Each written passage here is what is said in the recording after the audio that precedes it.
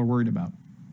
Well, look, the Conservatives not shied away from trying to position Mark Carney. I mean, his track record speaks for itself. He's been Justin Trudeau's economic advisor. He's supported a carbon tax in his various iterations all through it. And so when people say, oh, the Conservatives are panicking and this is a new approach, well, they haven't been paying attention because they've been going after and trying to position Mark Carney for a number of years. And you're right, the focus has been largely on Carney, partially in response to what the polls say about the Liberal leadership.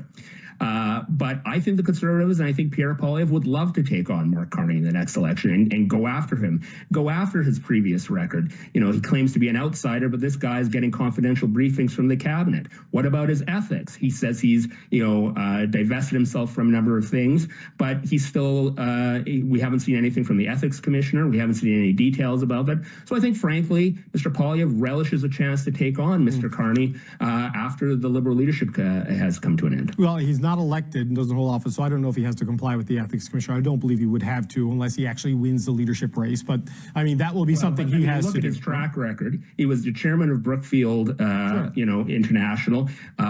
He is a private citizen. He is not elected to anything, and he is getting confidential briefings from the government of Canada on the trade tariffs. Is Chrystia Freeland getting that? Is Ruby Dahl getting that? Or Frank Baylis?